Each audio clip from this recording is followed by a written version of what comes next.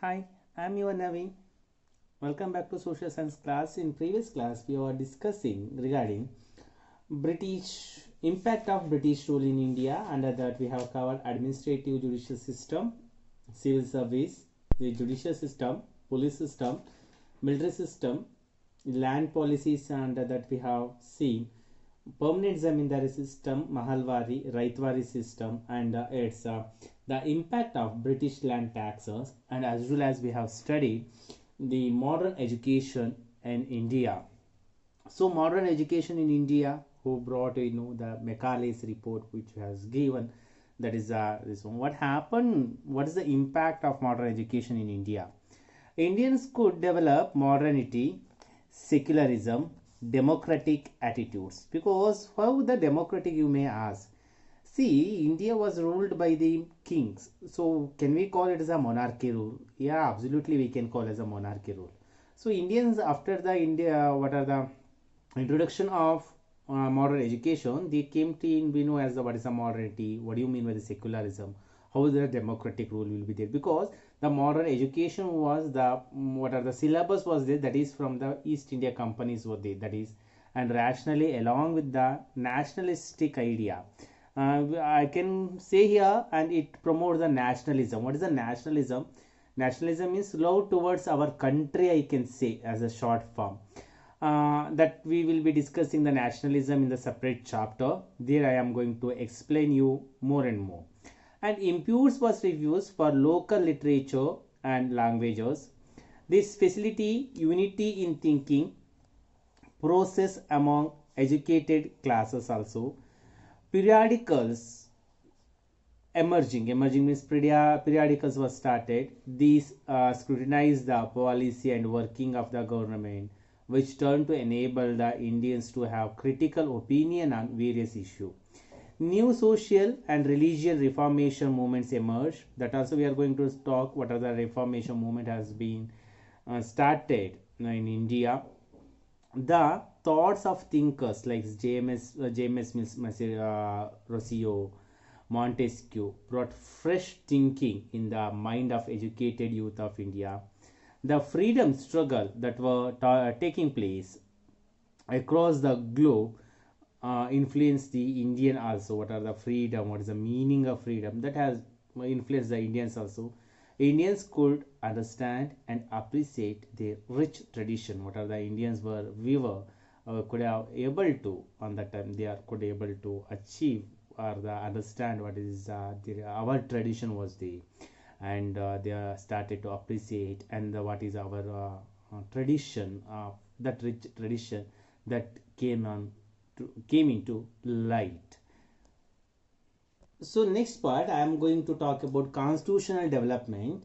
Along with British administration, problems also gave in India. In order to elevate the problems, reformation in administration become important. And these reformation needed to address the demands of Indians. The British attempt to create different rules in form of law and try to implement them. These types of law help the evolution of constitution in India. We will study this attempt in brief. Under that, first one is Regulating Act of 1773. Why this Regulating Act was passed?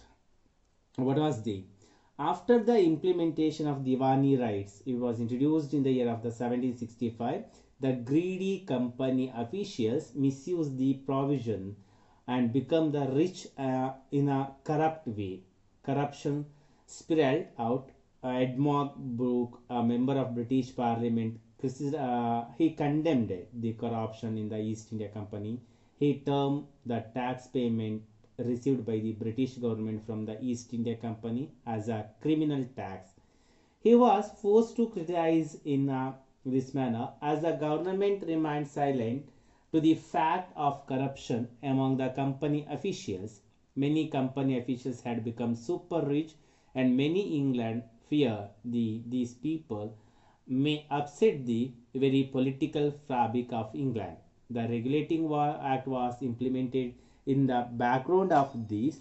What is the Regulating Act? The Regulating Act was introduced the Bengal Presidency, gained the control over two presidencies in here.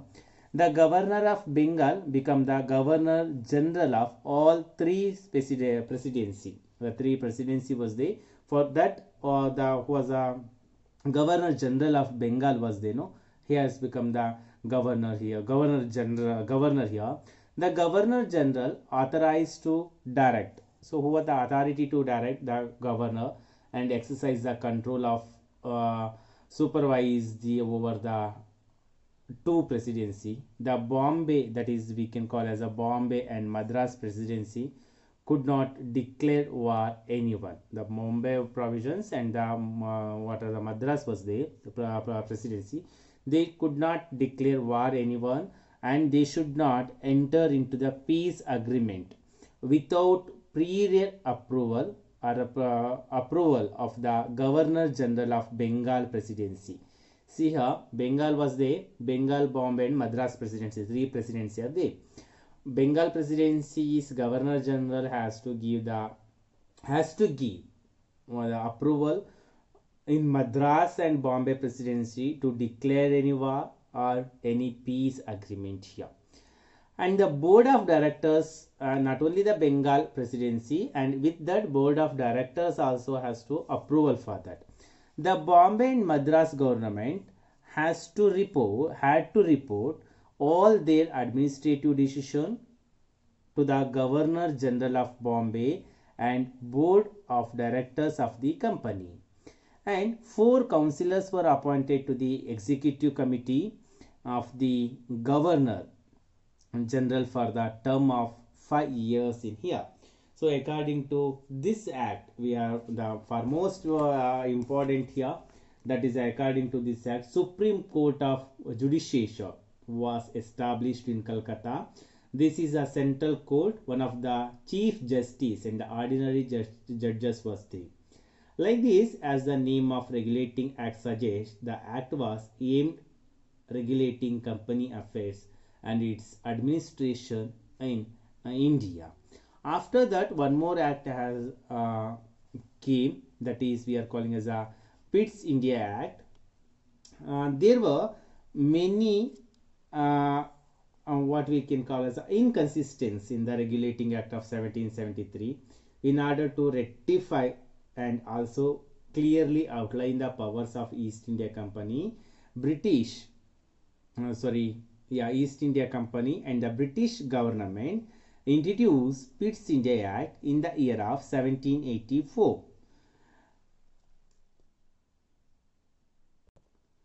The government of England restricted the powers of the East India Company, and more a new institution named board controllers, we can say as the board controllers, consisting the committee was started.